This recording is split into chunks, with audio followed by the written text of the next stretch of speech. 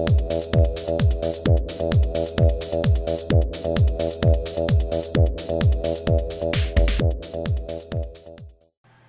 there folks, today I'd like to take a casual peek into the S.H.Figuarts Shinken Pink action figure set from Bandai. I believe this set was first available in 2011, based on the date on the packaging here, and was a web store exclusive, making this set a bit harder to obtain and a little bit more expensive than your typical Figuarts set. I got this set in 2013 when I found it on a Japanese secondhand pop culture web store called Mandarake, and I paid about 4,500 yen for this set.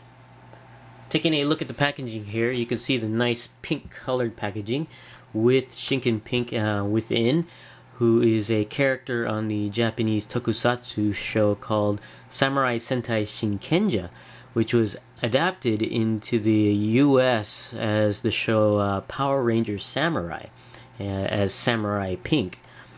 And but this is Shinken Pink, which the character's I guess true name was Mako Shirashi. I'm not sure if I'm pronouncing that correct, but that's the name that's listed here along the side of the packaging. Very nice. And you can see the figure comes included with some nice accessories. The blade, the origami, and her personal weapon of choice, I guess, the Heaven Fan. Pretty cool. You got Shinken Pink across the packaging here with a picture of the character there, and some I guess writing here to indicate that this was a web store exclusive. This is the logo for the show Samurai Sentai Shinkenja. Pretty cool. Here on the side of the packaging you can see the kanji character that represents Shinken Pink. I think that's the kanji character for Sky, if I'm not mistaken. And you can see the show name at the top here, and Shinken Pink's name here below that. Here we have the back of the packaging with Shinken Pink in various poses there, and pictures of the accessories that come included. Not all the accessories, just some of the accessories being displayed. We also have some writing in Japanese, most in Japanese. You have some in English, basically Figuarts, simple style, and heroic action. Basically a motto for Figuarts. And more writing down here that I can't read, unfortunately. Now we'll be right back and have Shinken Pink out of the packaging. Okay, we are back and we have Shinken Pink out of the packaging. And this figure set comes with a few accessories, actually quite a few accessories. And we're going to go over those first. And we have here a pamphlet showing you all of the accessories and how to use them. You have all the extra hands here, the Shinkenmaru, and how to put it in the sheath there, as well as how to use the different versions of the skirts, and a listing, I guess, visual listing of the other accessories. And the bottom half of this pamphlet is in Japanese writing, and I cannot read it, unfortunately. But you can take a look at it here. Pretty nice. And next thing we're going to take a look at are the extra hands that come included. There are two hands on the figure in the packaging, a pair of closed fists. And then you have an additional 1, 2, 3, 4, 5, 6, 7, 8, 9, 10 hands. Additional hands. And a lot of them are not even matching pairs, so they're pretty unique. Besides the closed fists, the closest matching pair of hands are these here. Nicely posed fingers. And basically the two middle fingers crouched a little lower here compared to the other fingers on there. I'm not sure what this is for. Probably the gripping of the fan, maybe, or the Shinkenmaru, either one. I'm not sure. But there's a very nicely sculpted hands on these. And the other closest pair, a matching pair of hands, are these here. Almost cupped-like hands. Basically, the fingers are joined together and slightly bent on there. Now, the rest of the hands are pretty unique. You have here a what I think is a gripping hand for the origami, right there. Pretty nice. And then you have this hand here, basically an emotive hand with the pinky separated from the rest of the fingers there. And you have here a gripping hand, most likely for the Shinken there. And you have a gripping hand here as well. Again, for the Shinken or maybe the fan, I'm not sure. On there, or possibly the Shotophone on there. That's another possibility there. Although I think this one here may be for the Shotophone specifically. It's hard to tell on here. And we have here yet another gripping hand with the pinky slightly separated from the rest of the fingers. So quite an array of different styles of hands, very few of them matching pairs. Next thing we're going to take a look at is the fan, or I think it's called the Heaven fan. Very nice.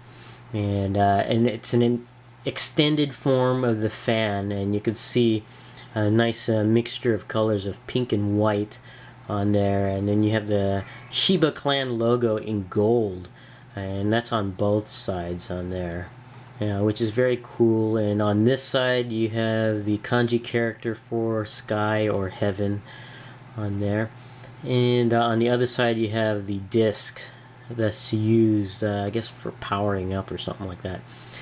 Pretty cool. And this fan here in the extended form is not simply flat plastic. It's actually sculpted to closely represent a fan. And you can see the pattern here, diagonal pattern, as if this was folded at one time and then extended. It's actually pretty cool. And you have these lines on the fans that are sculpted in, which is pretty nice on there. Really neat.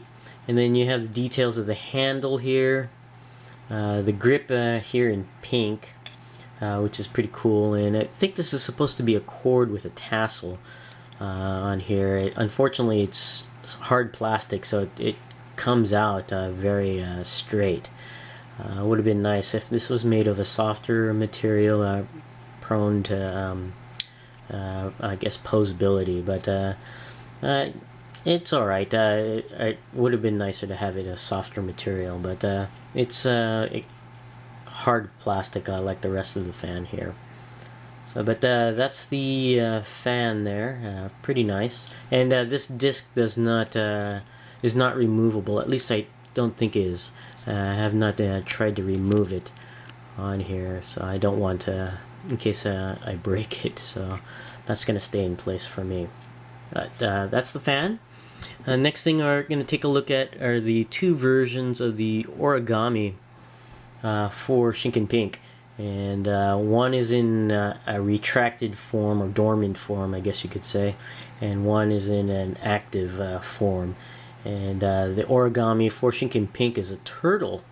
And you can see on the extended form here, you have the turtle head right there. And I guess the flippers for the legs underneath. Pretty cool. And of course the retracted form is simply a disc. And then both versions have the kanji character for Shinken Pink, or the kanji character for Sky, which is very nice. Now these are very detailed, especially the extended form here. You can see the turtle head just poking out there, which is pretty cool. And the eyes are actually painted red. It's kind of hard to see on the video screen, but it is there, and it's very well applied there, and very nice. And then you have the sculpting going around the turtle origami on there. Very cool. And the paint on the kanji character there is actually very well done as well. No paint bleed or scratches on there. And underneath you got some sculpting detail for the origami. Pretty cool. And it's nice that they give you two forms, and instead of having to make it complicated for you to transform this in and out of the dormant form and active form, they just give you both versions, which is very nice. And you can see some of the detail on the dormant form or retracted form at the bottom of the disc here. Pretty nice.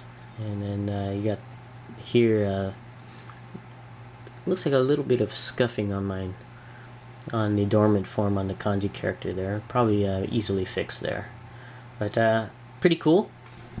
Next thing we'll take a look at is the Shoto phone. Right here, this is a combination of devices, both I guess a cellular phone and a sort of a brush that they use to write out kanji characters for certain power-ups. It's supposed to fold flat and I guess vertically for both the brush mode and the phone mode. And right now it's in its brush mode, you could say. And you can see the tip of the brush there. And you can see also sculpting details of what would be a part of the phone on there, which is pretty cool. And as I mentioned, the characters on the show use this Shoto phone to magically write kanji characters for various power-ups and stuff. So it's kind of cool. And I believe there is a phone version. Yeah, well, it's not really a phone version, but the case for the phone that's on the figure on there. But pretty cool to have the Shoto phone there. Next thing we'll take a look at are these three pieces, which are soft plastic, and they form what I call the action skirt, because the figure comes with two versions of of her skirt. Basically, you have this version on the figure, which can be used in a majority of poses, and then you have this version here, which is three separated pieces here to form what I call an action skirt, because they allow greater mobility and posability, more extreme poses, where you can separate these pieces of the skirt to allow more leg movement. Now, I found through other figures, female figures that have a skirt, such as the Gokaiger figures, that I find that these action skirt right here, I find them a bit useless, because I can get most of the poses that I want out of the regular skirt, and very few needed poses for the action skirt. And a little bit later I'll show you how to interchange these skirts here. And the last accessory that comes included with this figure is the Shinkenmaru, basically the blade that the Shinkenja have. Each of the Shinkenja has one of these blades, and it's a very nicely sculpted blade here. You can see the detail here on the hilt and on the blade itself. Very cool. And the tip is very pointed, so you have to be careful you don't poke out an eye on with this, because this is made of a harder plastic and is not prone to bending. If you bend it too much, it'll probably snap. But taking a look at this blade, you can see all the intricate detail on this. Is very, very cool.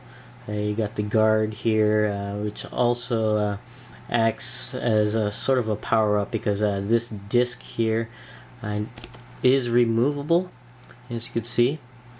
And basically they slide these discs into the hilt area, and then they spin the disc, and this is supposed to be a mirror like area where when you spin it, there's certain characters on the disc, and you can see it on the mirrors, sort of an animation on there, so that's kind of cool. And then you have this device here. I'm not sure what that is, maybe just ornamental design, but it also acts as a sort of a mechanism for the sheath when the Shinkenja sheath their swords along the side here. There's a slit on both sides of the blade that you can just slide into the sheath area along the side of the belt, and you put that on there and that'll hold the blade in place. So pretty cool on there. And you can see more details here on the handle. You got both red and black paint on there, so that's kind of cool. And at the very end of the sword, on the grip portion of the sword, you can see the Clan Shiba logo on there. So that's a very cool. A lot of detail on these blades that are included with the figure. Now taking a look at Shinken Pink here. And this is a pretty interesting figure. A female figure for Figuarts. Not too many that are produced, but still pretty cool nonetheless. And this particular female figure is shorter in stature compared to the male Shinkenja figures. And let me just go ahead and line up a comparison between a male and female Shinkenja. And let me go ahead and get a male figure here. I'll be right back.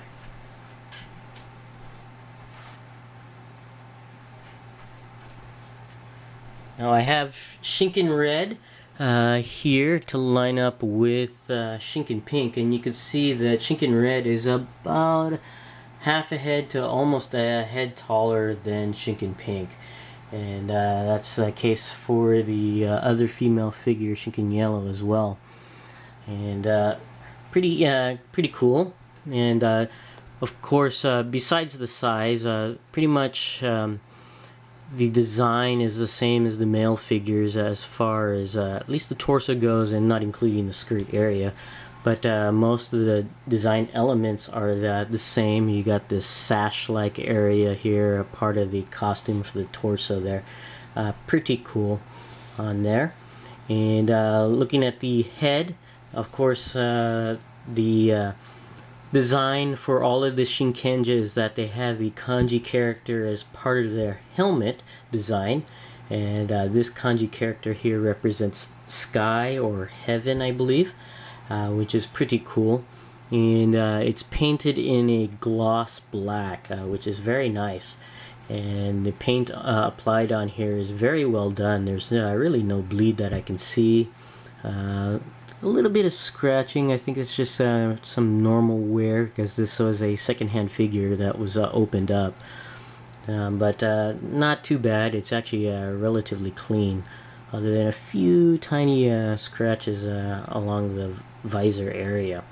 But pretty cool. And it's not just simply painted, it's actually sculpted on there. You can see the raised portions of the kanji character along the helmet. Very cool, especially here at the tips. It's very nice. And then you have these areas here, these three lines on both sides of the helmet.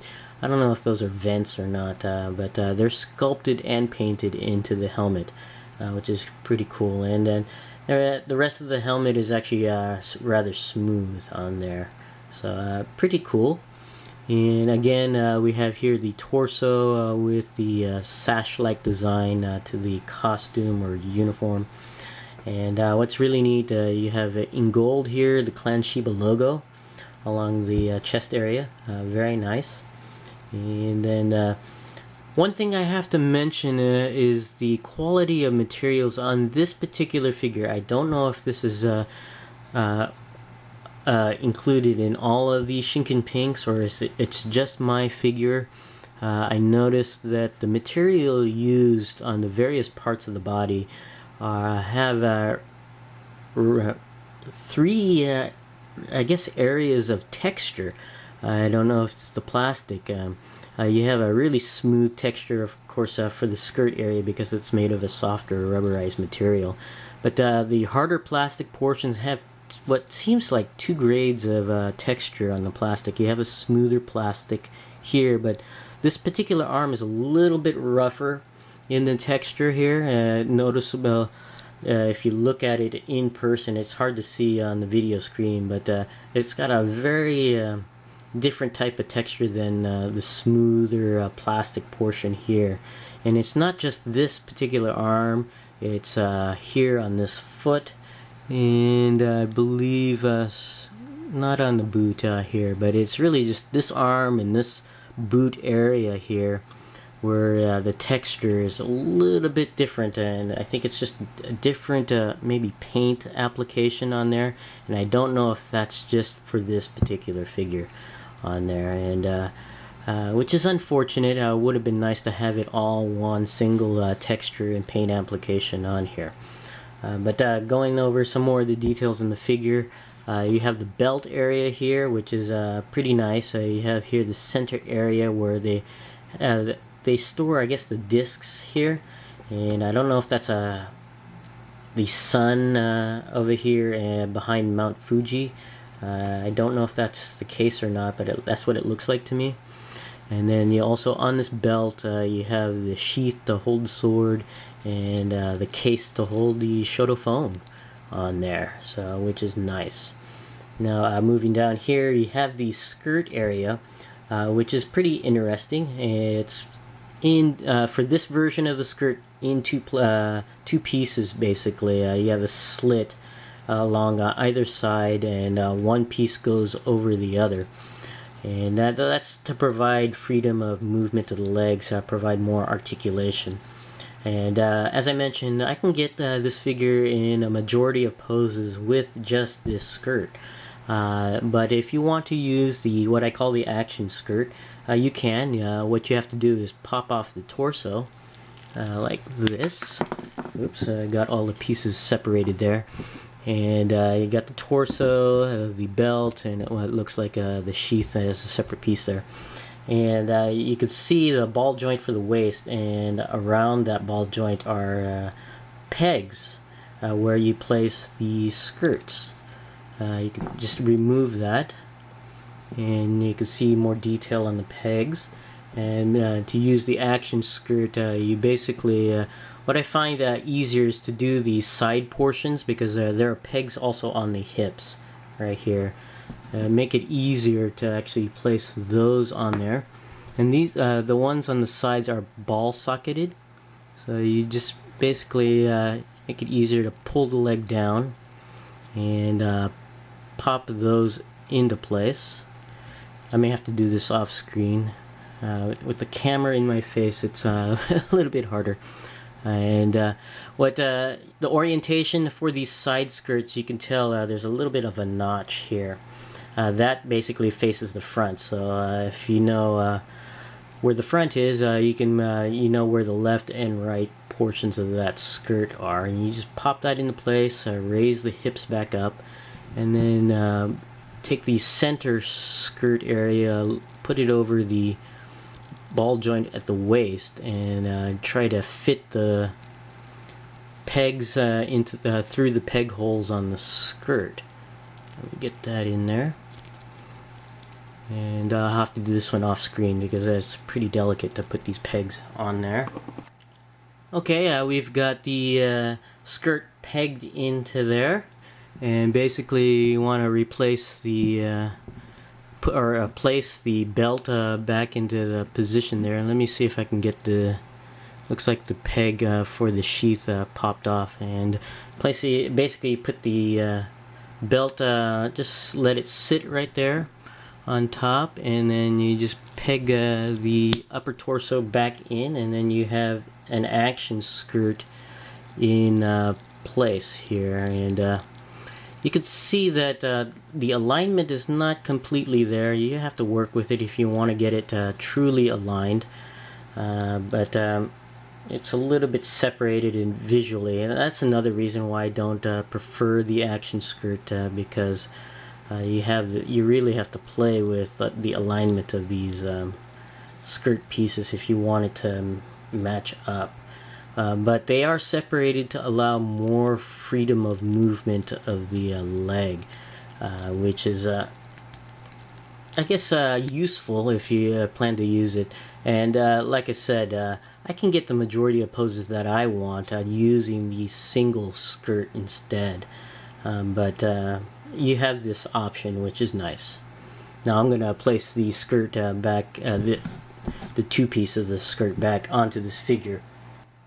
Okay, now that we have Shinken Pink's skirt back in place, we can continue taking a look at Shinken Pink here.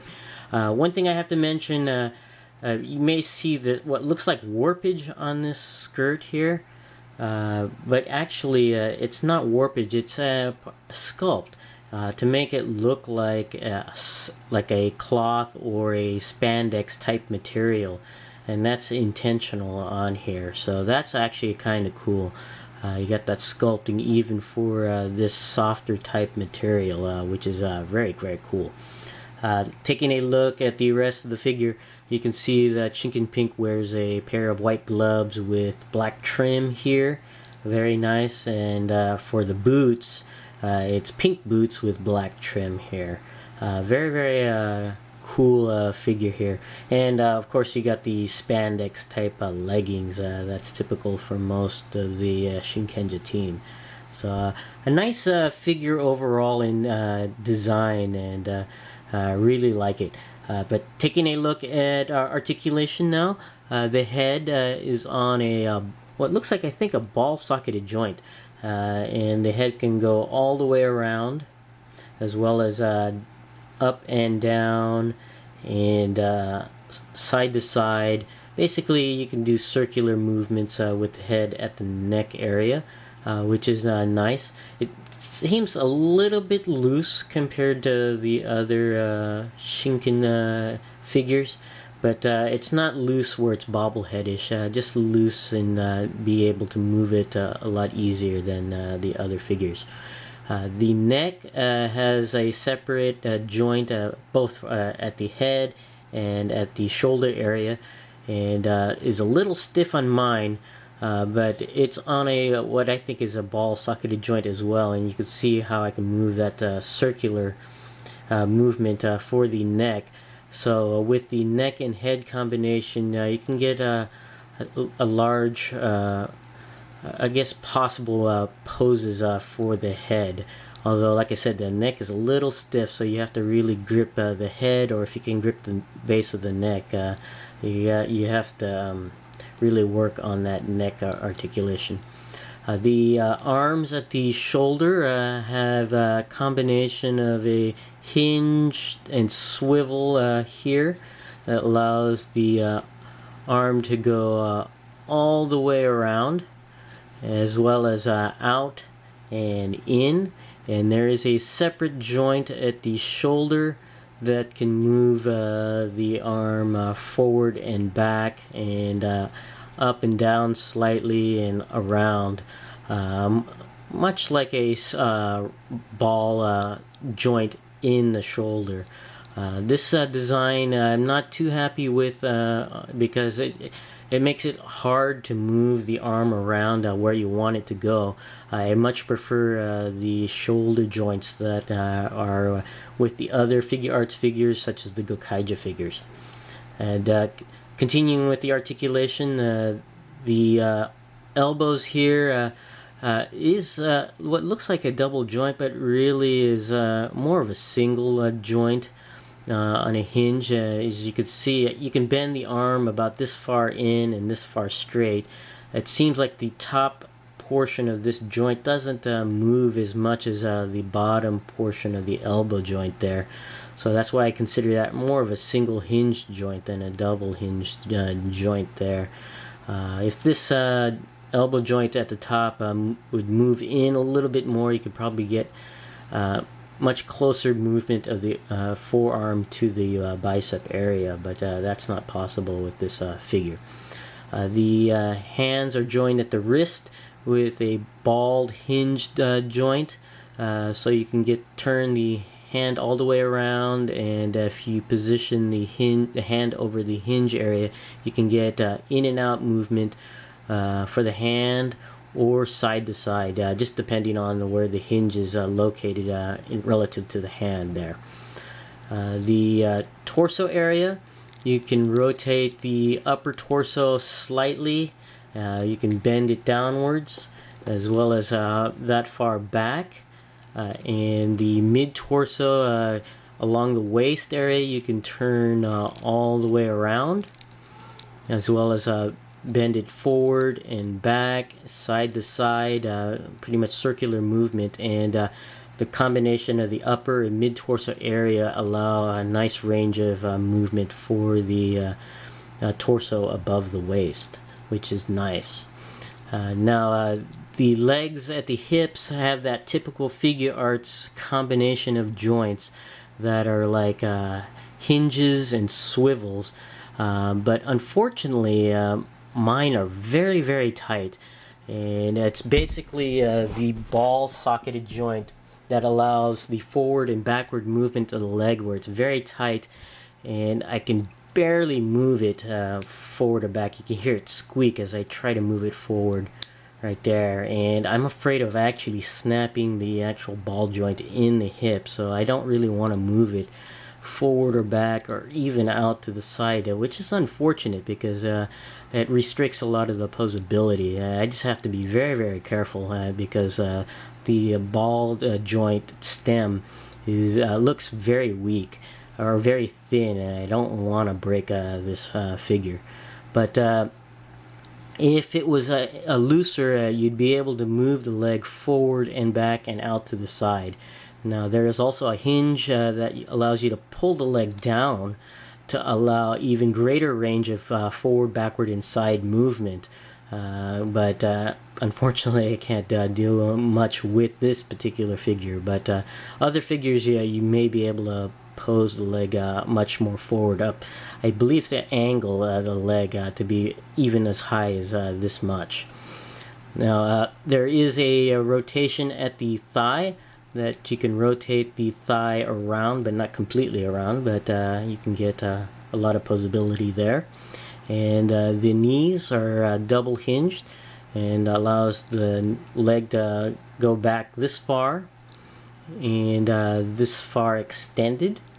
And there is a ball socketed joint at the ankle to allow the foot to go up slightly and downwards about this much, and can go all the way around, as well as ankle pivot side to side, some nice range there.